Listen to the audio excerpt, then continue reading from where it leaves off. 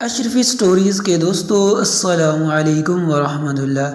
جی تو میرے پیارے دوستو، آج کی ویڈیو میں ہم آپ کو بتائیں گے قارون کون تھا۔ کیا وہ کوئی نبی تھا یا ایک سرکش نافرمان اللہ کا باغی انسان تھا؟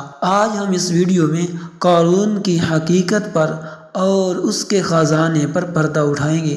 تو دوستو، ویڈیو کو مزید ڈسکس کرنے سے پہلے آپ لوگوں سے درخواست ہے کہ اگر آپ نے ابھی تک ہمارے چینل کو سبسکرائب نہیں کیا تو ہمارے چینل کو سبسکرائب کر دیں اور بیل آئیکن کو بھی پریس کر دیں تاکہ آپ کو اس طرح کی اسلامی اور معلوماتی ویڈیو بر وقت ملتی رہیں۔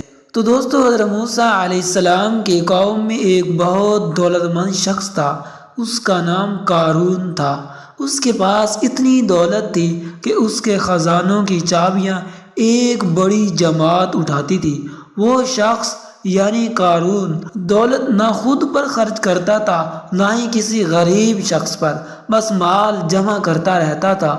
اسے اپنی دولت پر بڑا فخر تھا۔ اس کا کہنا تھا کہ میں نے یہ دولت اپنی محنت سے حاصل کی ہے۔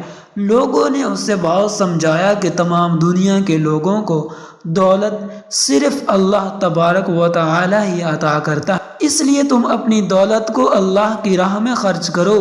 لیکن قارون نے کسی کی بات نہ مانی اور مسلسل اللہ کی نافرمانی کرتا رہا۔ پھر ایک دن وہ بڑے فخر کے ساتھ قوم کے لوگوں کے سامنے نکلا۔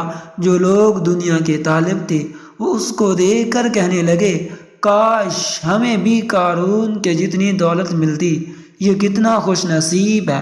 لیکن جو لوگ اللہ سے ڈرتے تھے وہ کہنے لگے، نیک لوگوں کے لیے آخرت میں اس سے بھی کہیں بہتر انعام موجود ہے۔ تو دوستو، جب قارون اپنی سرکشی سے باز نہ آیا تو اللہ تعالیٰ نے اسے اس کی دولت کے ساتھ ہی زمین میں گاڑ دیا۔ کوئی بھی اس کو عذاب الہی سے نہ بچا سکا۔ جو لوگ اس کے جیسے بننے کی تمنا کر رہے تھے قارون کا انجام دیکھ کر کہنے لگے، شکر ہے اللہ نے ہمیں بچا لیا۔